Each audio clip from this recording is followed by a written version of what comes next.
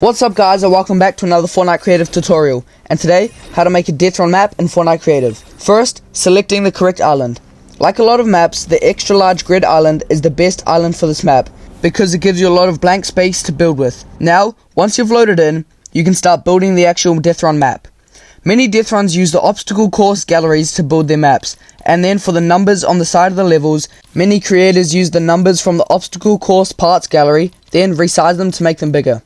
So, I will show you how to make some levels with these galleries. So first, building it with the obstacle course galleries.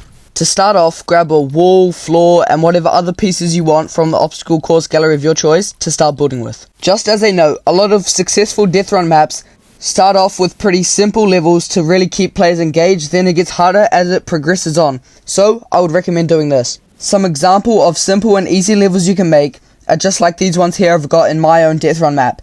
Some, for example, are one-tile jumps with traps at the bottom, some parkour with mantling, or balance beams just like I've got here. And just of a note, all of these levels I've showed you here have been made with the obstacle course galleries, so you don't have to go searching for any other pieces I've just showed. Now, once you've made a level or two, grab the corresponding number for the level from the obstacle course parts gallery and place it down at the end of that level.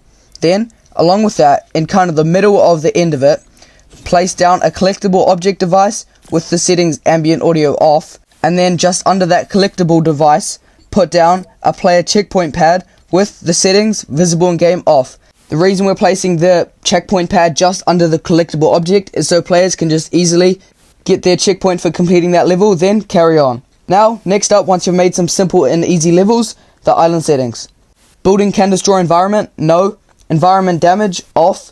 Starting health percentage, 100%. Max health, 1. Starting shield percentage, no shield. Glider redeploy, off. Full damage, off. Infinite consumables, on or off, your choice. This depends on if your levels have shockwaves or something like that. Then, allow building, no. Allow mantling, on. Allow hurdling, on. These last two settings you can change if you don't want your Deathrun to be too easy, but I would keep them on. Then, energy max, 100. Energy recharge amount, 45. And energy recharge delay, 4 seconds.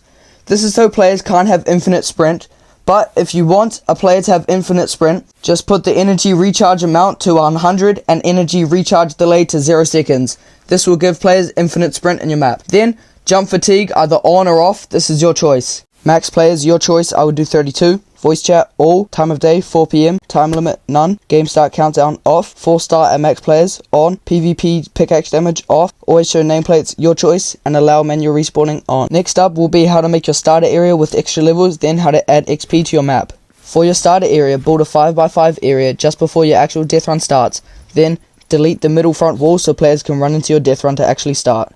Once you've made this, you can decorate this to the theme of your map, and even place down some matchmaking portal devices if you have other maps you want to advertise. After you've finished decorating your starter area, you can make the extra levels, which are only accessible to a player once they've completed the whole map. To do this, grab your wall from your obstacle course gallery that you've chosen and place it down in your starter area. Then, beyond this door, create your extra level with maybe even a larger XP award at the end.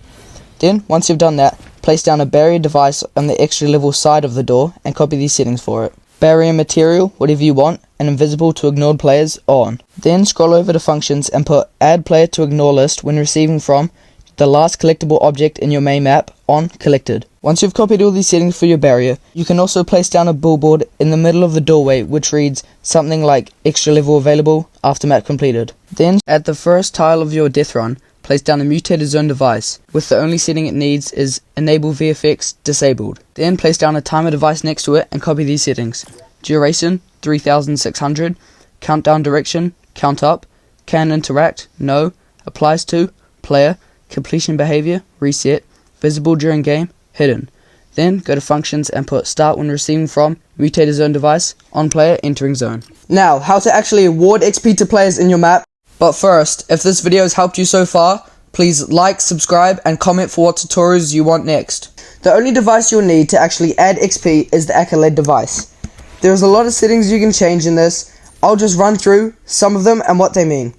Name and description is text that can show up when a player gets awarded XP. XP award is the amount of XP a player gets. This will be small, large, medium. This is also in comparison to other XP amounts in your map. Splash size, what shows, like large shows text, XP and the icon, and small just shows the XP.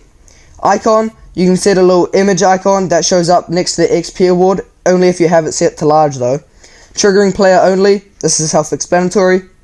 Now, these are only really the important settings, and you can change them to your liking. Now, there is other settings, but they're not as important as the ones I've just listed.